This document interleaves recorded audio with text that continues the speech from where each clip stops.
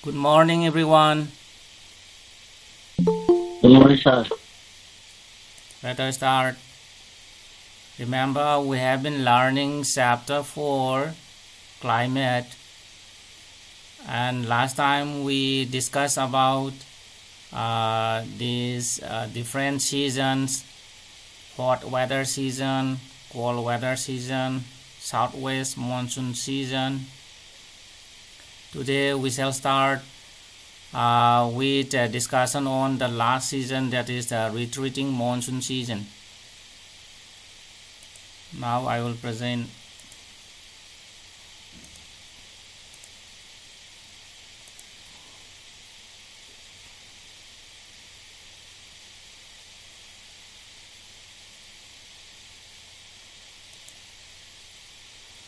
So this is the last season, retreating monsoon season. It is also known as post-monsoon season, that is after the southwest monsoon season, or the season of transition, the transition season. Let us read. So we have 2 months. We have 2 months of this season, October and November. So during October and November, with the apparent movement of the sun towards the south, the monsoon trough or the low pressure trough over the northern plain becomes weaker.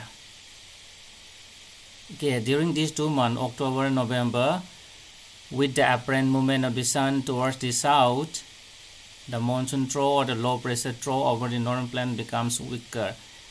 See here, as I told you earlier, that when the winter season sets in, the sun goes to the south, and when the summer season sets in, the sun goes to the north. So we have to call back. We have to recall this diagram.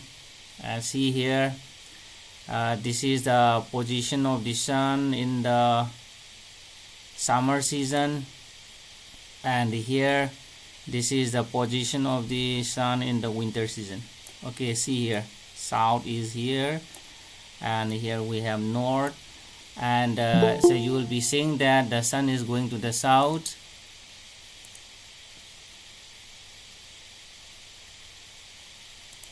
The sun is going to the south as the winter season sets in. This is what we call apparent movement of the sun towards the south. And because of this apparent movement of the sun towards the south, the intensity of the sunlight is decreased. And hence the low pressure trough over the northern plain becomes weaker. So we have learned earlier that during the summer season, that is March, April, May, a low pressure was developed here, and this low pressure was extended up to Patna. That means low pressure trough was formed here over the northern this Ganga plain, over the northern plains. And so during these 2 months, October and November, this low pressure trough, so this low pressure trough is weakened. See here, the monsoon trough, the low pressure trough over the northern plain becomes weaker. So this low pressure trough becomes weaker in the 2 months, during the 2 months, that is October, November. And this is gradually replaced by high pressure system, and the southwest monsoon weaken and start withdrawing gradually. See here, say during these 2 months, this low pressure trough is weakened and it is replaced by high pressure. This trough is replaced by high pressure. There was low, but it is replaced by high pressure, and because of that the wind is started blowing towards the sea in this way. Let's see another diagram. Okay,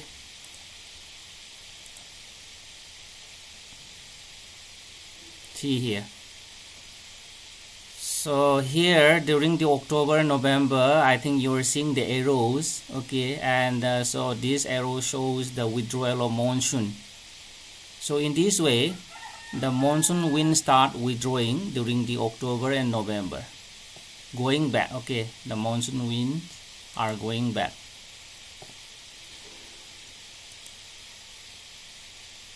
And by the beginning of October, the monsoon withdraws from the northern plains. That you have seen this diagram. Okay, see here, this 1st October, from the half of India, the monsoon wind withdraws. Then okay, and by December 1, it is completely withdrawn from this Indian mainland. Any question from your side, boys and girls?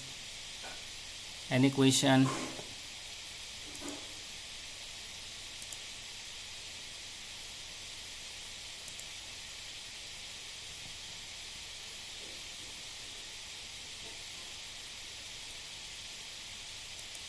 So if you don't have questions, then let us continue. Okay, remember, during the October, November, the sun goes to the south, and because of that, the strength of the sunlight decreases, and the low pressure trough that was over Ganga plain was replaced by the high pressure, and due to this, the southwest monsoon wind weaken and start withdrawing from Indian mainland. Okay,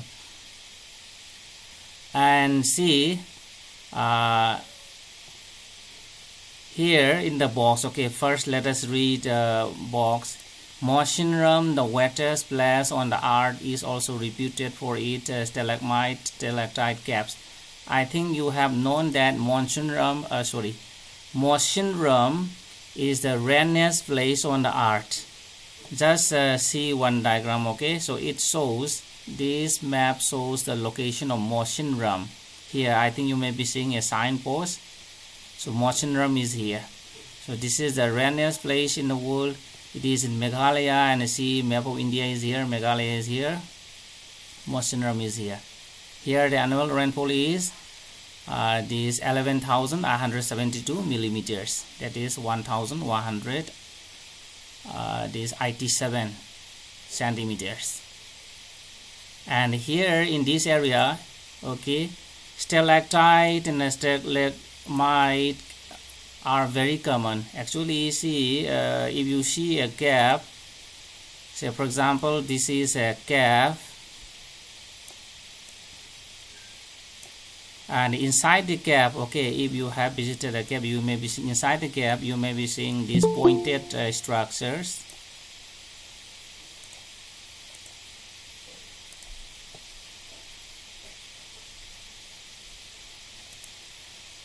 One is growing from the ceiling, okay, and another is growing from the surface, okay, from the ground. This you will find inside the cave.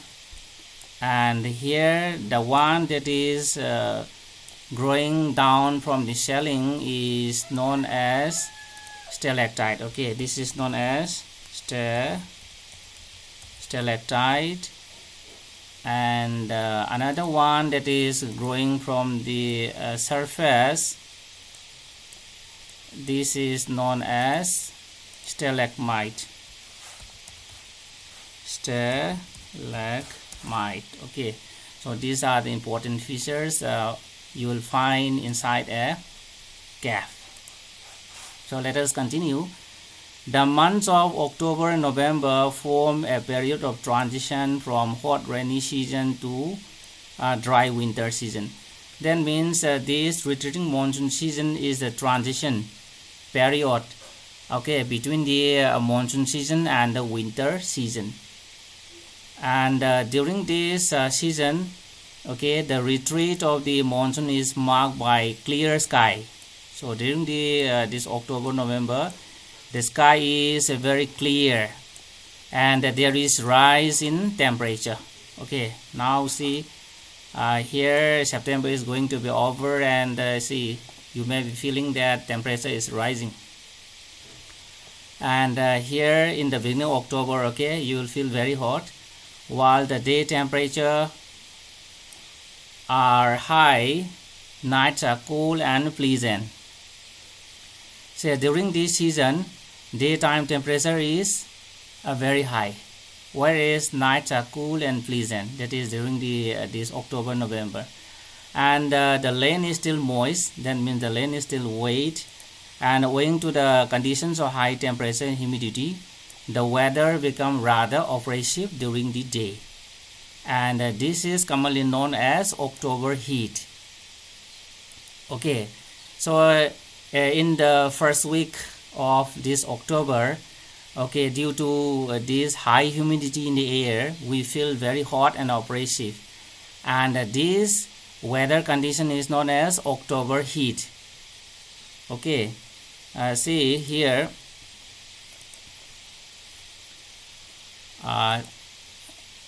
so let us say this is the land surface, and okay, this land surface is wet, and you have learned that the sky is very clear, sunshine is very bright.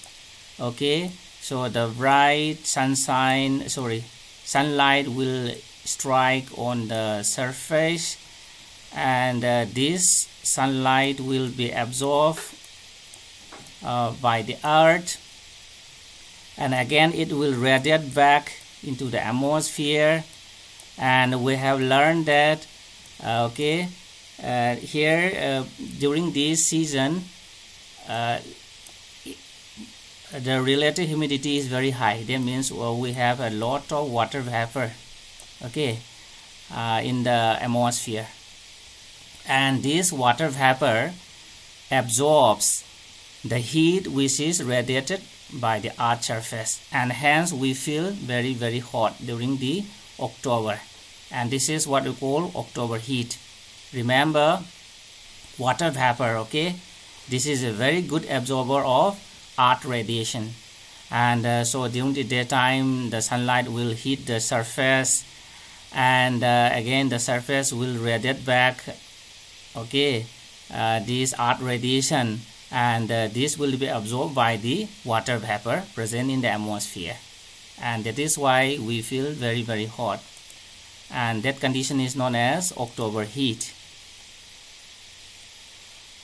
But see, in the second half of the October, that is from 15 October onwards, okay, the mercury begins to fall rapidly, means temperature start declining, okay, in the northern India.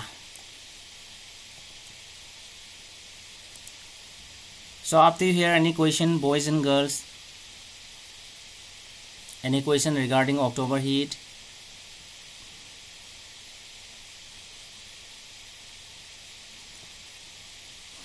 Nobody is responding. Okay, so if you don't have, then let us continue. The low pressure conditions over northwestern India get transferred to Bay of Bengal by early November, and this shift is associated with the occurrence of cyclonic depression which originate over the Andaman Sea, and these cyclones generally cross the eastern coast of India, cause heavy and widespread rain, and these tropical cyclones are often very destructive. Okay, so the low pressure condition, just see here,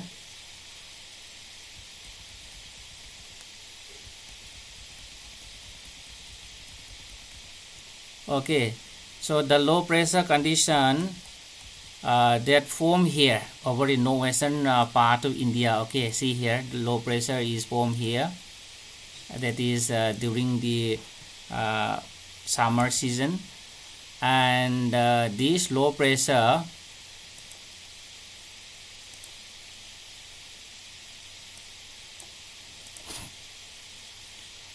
which was formed during the summer season, during the monsoon season, now transferred to the sea. Okay, transferred to the Bay of Bengal or towards the Arabian Sea, and that is why cyclones are developed here, as mentioned in the book. Okay, see here, the low pressure conditions over northwestern India get transferred to the Bay of Bengal by early November.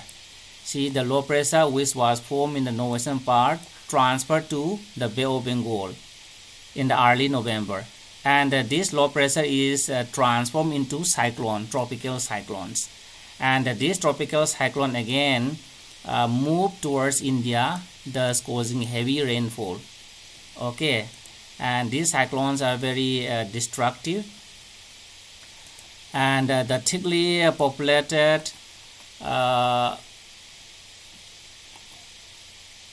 deltas of Godavari, the Krishna and Kaveri are frequently struck by cyclones, which cause great damage to life and property. So this tropical cyclone frequently struck Godavari, Krishna and Kaveri deltas. See here, the tropical cyclone frequently struck this Kaveri delta, then Krishna delta, then Godavari delta. Okay, in these areas, the cyclone formed over the Bay of Bengal, that is near the Andaman Sea. Okay, frequently these strikes these coastal areas, and because of this there is a loss of life and property, and sometimes these cyclones arrive the coast of Orissa, West Bengal and Bangladesh, and causing destruction to these coastal areas.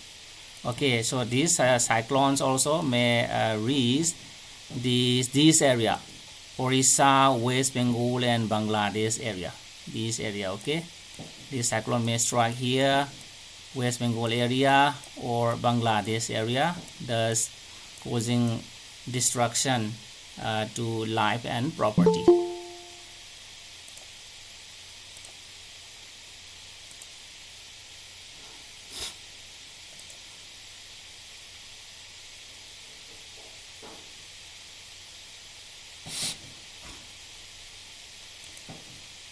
Actually, maybe because of poor internet connectivity. Okay, let me try to speak slowly. Perhaps my network is poor or your network may be poor, and that is why. Okay, so up to here, any question?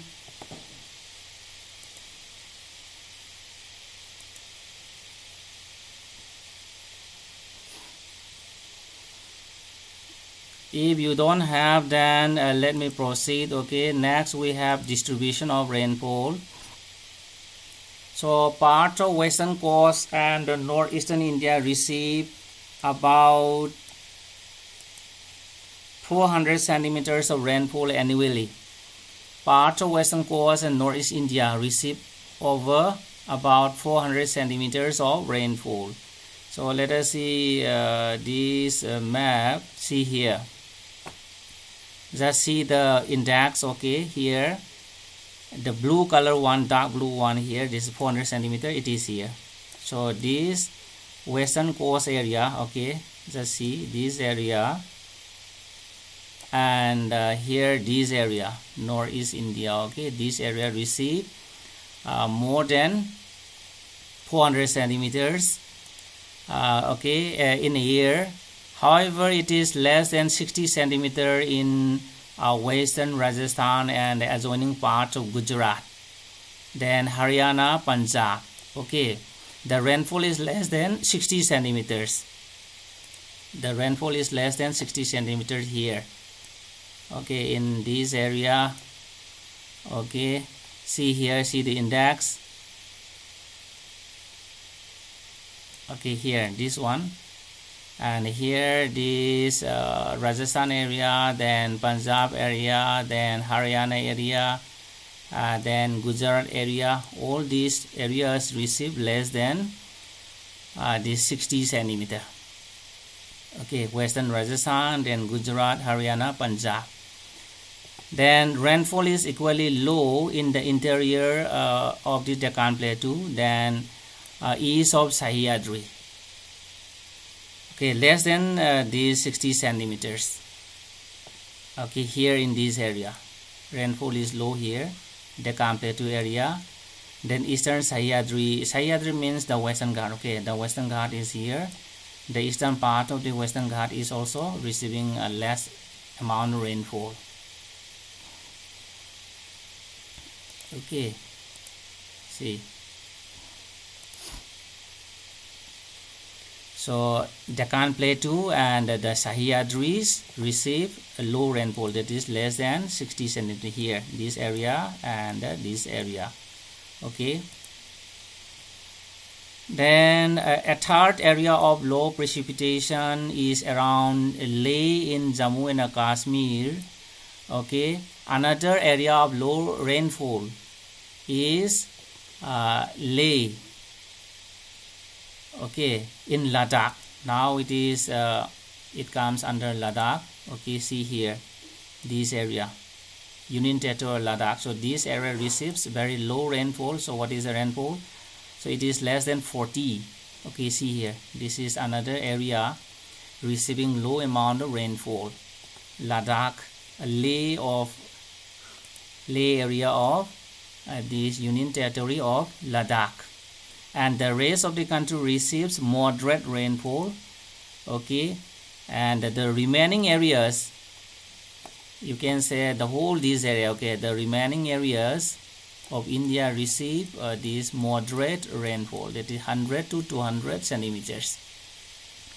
And the snowfall is restricted in the Himalayan areas. Okay, snowfall is restricted only in the Himalayan areas, as mentioned here. Snowfall is restricted to the Himalayan region.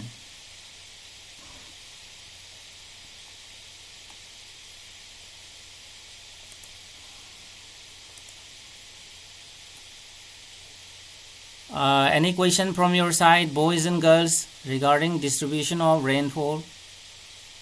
You must know that western part of Rajasthan, then these Punjab, Haryana, Gujarat receives very low rainfall, less than 60. Likewise, Deccan Plateau, then eastern part of Western Ghats receive low rainfall. Remaining areas moderate. Leh area of Ladakh is also receiving very low amount rainfall. Okay. Any question?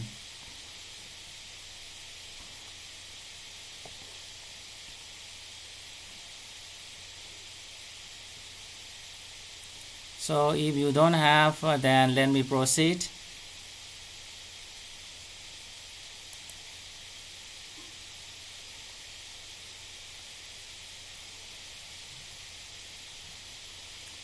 Monsoon as a unifying bond. Okay, how the monsoon unifies the whole India. Boys and girls, are you connected? Do you hear me? Yes, sir. Okay. Yes, sir. Okay, then let us read. So monsoon as a unifying bond. Let us start from here. The unifying influence of the monsoon on the Indian subcontinent is quite perceptible. Okay, the unifying influence of monsoon on the Indian subcontinent is quite visible. The seasonal alteration of the wind systems and the associated weather conditions provide rhythmic cycle of seasons. So that means it is because of the monsoon winds, okay, that the year in India is divided into 4 seasons. Okay, because of the monsoon wind, the year in India is divided into 4 seasons. Those seasons are hot weather season, then after that southwest monsoon season, then retreating monsoon season, then cold weather season. So this division is because of the monsoon winds. Okay, the seasonal alteration of wind system and associated weather conditions provide rhythmic cycle of seasons. even uncertainties of rain and uneven distribution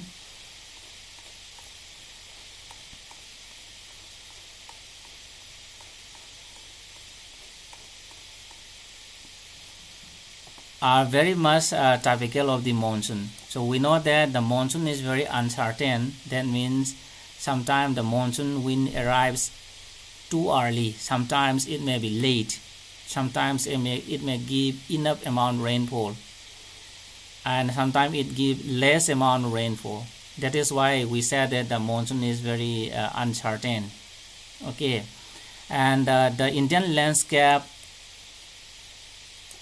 its annual and the plant life, its entire agricultural calendar, and the life of the people, including their festivities, revolve around this phenomenon.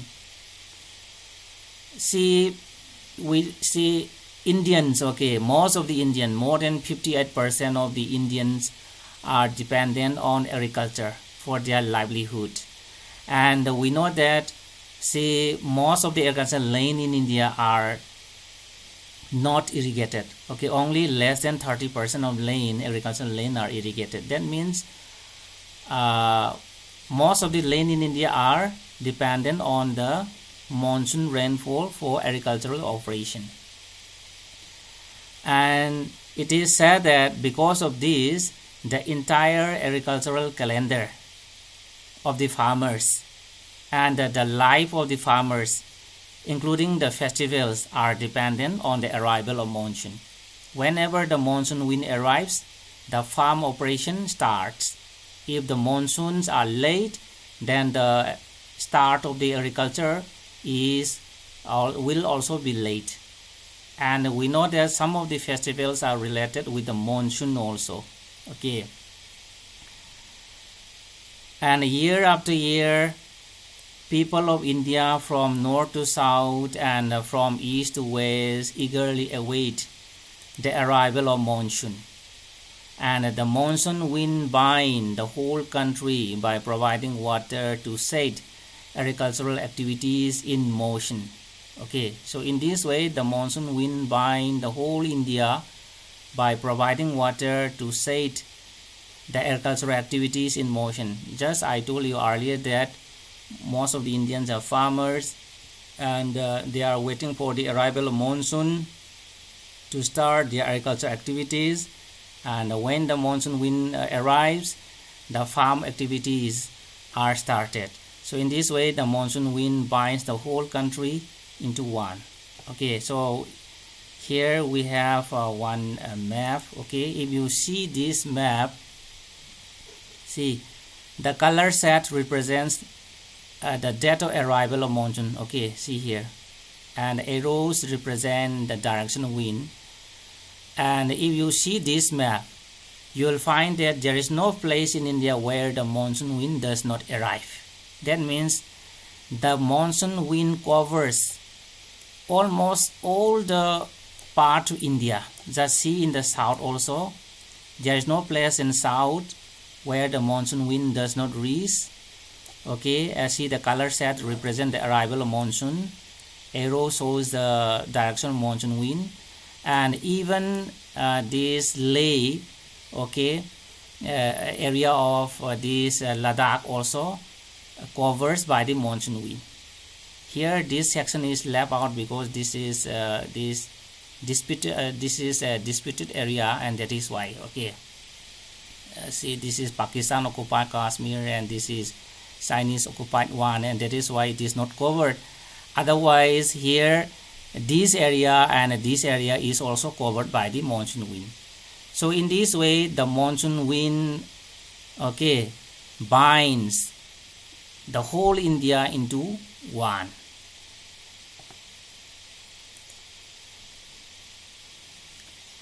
So any question from your side regarding the unifying influence of monsoon?